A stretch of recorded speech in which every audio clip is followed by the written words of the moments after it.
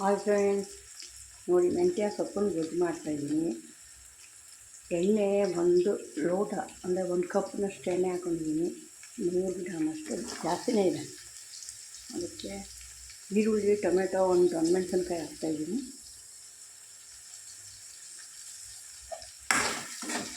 ಇದ್ರ ಜೊತೆಗೇ ಈಗ 1-2 ಕಟ್ಟು ಮೆಂತ್ಯ ಸೊಪ್ಪು ಇಸ್ಕೊಂಡ್ರೆ ಹಾಕ್ತಾಯಿದ್ದೀನಿ.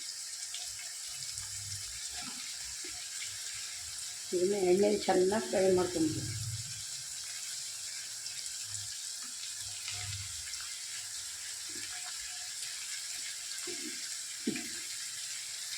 ಸೊಪ್ಪು ತಂದರೆ ಸೋಸಿ ಮಾಡೋರಿಗೆ ಇದಕ್ಕೆ ಸ್ವಲ್ಪ ಎಣ್ಣೆ ಮುಂದಾಗಿದ್ರೇ ಚೆನ್ನಾಗಿರುತ್ತೆ. ಅನ್ನದ ಜೊತೆ ರೊಟ್ಟಿ, ಚಪಾತಿ ಎಲ್ಲ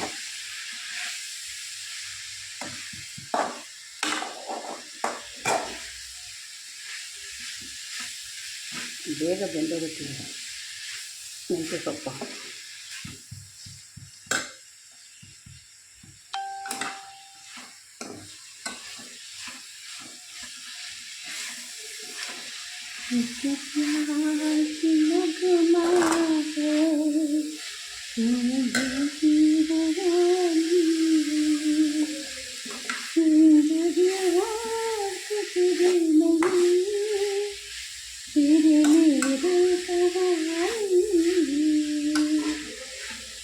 ಈ ಸಾಂಗ್ ಆಡ್ಬಿಟ್ಟು ನಾನು ಸ್ಟಾರ್ ಮೇಕರ್ಗೆ ಆಡ್ಬಿಟ್ಟು ಯೂಟ್ಯೂಬ್ಗೂ ಏನೋ ಕಳಿಸಿದ್ದೀನಿ.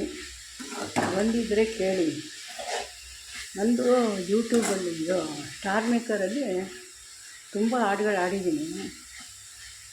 ಅದು ಏನೋ ಮಾಡುವಾಗ ಅಳಿಸೋಗಿದೆ. ಮತ್ತು ಅದರದ್ದು ID ಸಿಗ್ತಾಯಿಲ್ಲ. ಬೇಜಾರಾಗ್ಬಿಟ್ಟಿದೆ ನನಗೆ, ID ಸಿಕ್ಕಿಲ್ವಲ್ಲ ಅಂತ. ನೋಡೋಕೆ ಹೋದರೆ ಇನ್ನೊಂದು ಅಕೌಂಟ್ ಓಪನ್ ಮಾಡಿಬಿಟ್ಟು ಅದರಲ್ಲಿ ಆಡಿ ಅಂತಾರೆ. ನನಗೆ ಮನಸ್ಸಿಲ್ಲ. ನಿಮಗೂ ಇವತ್ತೊಂದೇ ಒಂದು ಹಾಡು ಆಡಿದೆ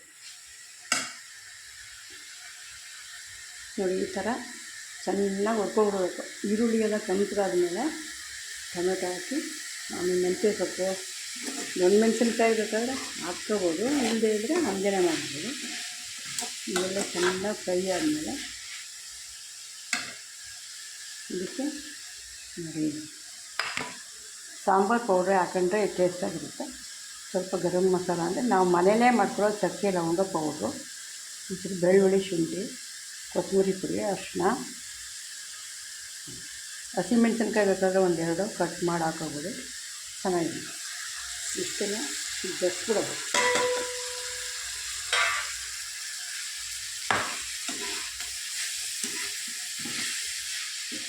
ಇದನ್ನು ಚೆನ್ನಾಗಿ ಬೇಯಿಸೋದು. 1 ನಿಮಿಷ ಬೇಯಬೇಕು. ರುಚಿಗೆ ತಕ್ಕಷ್ಟು ಉಪ್ಪು. 2 ಕಟ್ಟು ಮೆಂತ್ಯ ಸೊಪ್ಪಿಗೆ 2 ದಪ್ಪ ಟೊಮೊಟೊ ಬೇಕು. ಈ ಸೈಜಿಂದು 1-2 ಬೇಕು. ಇದಕ್ಕೆ ಹುಳಿ ಎಲ್ಲ ಏನು ಹಾಕಲ್ಲ ನಾವು. ಟೊಮೆಟೊ ಎಷ್ಟು ಹಾಕೊಂಡ್ರೆ ಚೆನ್ನಾಗಿರುತ್ತೆ. ಪ್ರತಿ ಹುಳಿ ಕೇಳೋರಿಗೆ 4-5 ಹಾಕ್ಬೋದು.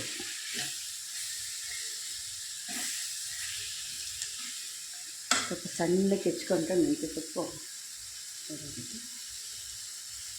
ತೆಂಗಿನಕಾಯಿ ತುರಿನೂ ಹಾಕ್ತೀವಿ. ಕೊಬ್ಬರಿ ಪೌಡ್ರ್ ಹಾಕೊಂಡ್ರೆ ಇದು 1-2-3 ದಿನ ಅದರಲ್ಲಿ ಇಟ್ಕೊಂಡು ತಿನ್ಬೋದು.